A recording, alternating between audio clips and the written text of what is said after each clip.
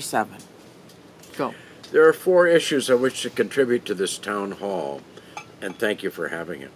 The Constitution, racial injustice, the fake news, and personal advocacy. Number 1, separation of church and state. Genesis 1:29, God also said, "Look, I have given you every seed-bearing plant on the surface of the entire earth, and every tree whose fruit contains seed. This food will be for you." Number 2, racial injustice. I'm John Dickinson, a long-time resident of the Rainier District, the only district in Washington where minorities are in the majority. I laugh sadly when the news reports that cannabis is legal in Washington. The People's Initiative 502 added 502 more laws against cannabis. During the 2015 legislative session, Second Substitute Senate Bill 5052 with the Orwellian title, the Patients Protection Act, was passed by the legislature. It was signed by Governor Inslee on April 24, 2015, adding 5,052 more laws against cannabis, including the closing of 100% of all the medical access points in this state. 3 years later, still to this day, there are none in the Rainier District, where there used to be hundreds.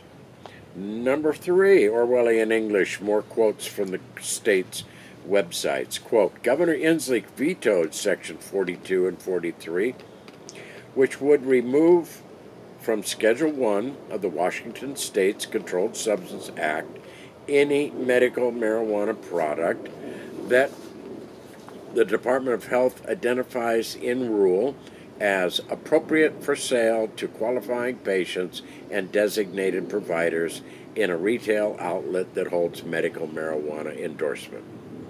In his veto, Governor Inslee noted that rescheduling just medical marijuana, quote, may cause serious problems, such as having the unintended effect of limiting the types of marijuana that are considered medicine, end quotes.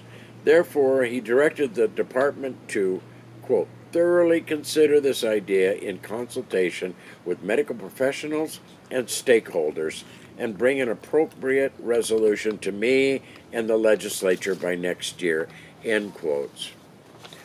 Our state's cannabis controllers, the Department of Health and Department of Alcohol, gave 5 options for consideration to the stakeholders, including all the government's own growers, processors, retailers.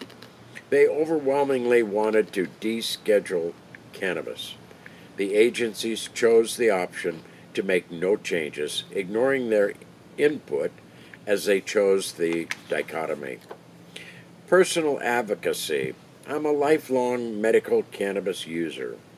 At 16, doctors gave me 20 years more to live, a diagnosis that prompted me to search the world for anything that might prove them wrong. 50-plus years, countries later, I was convinced that cannabis, a plant that had been used for thousands of years for diabetes, was my chosen relief. 50-plus years later, I feel I made the right choice. We now have an unarguable position where our state acknowledges, recognizes, and even profits from medical cannabis, yet continues to leave it in the Schedule 1 classification of drugs defined as having no medical benefits. There can be no defense for this contradiction and their decision to keep this plant illegal.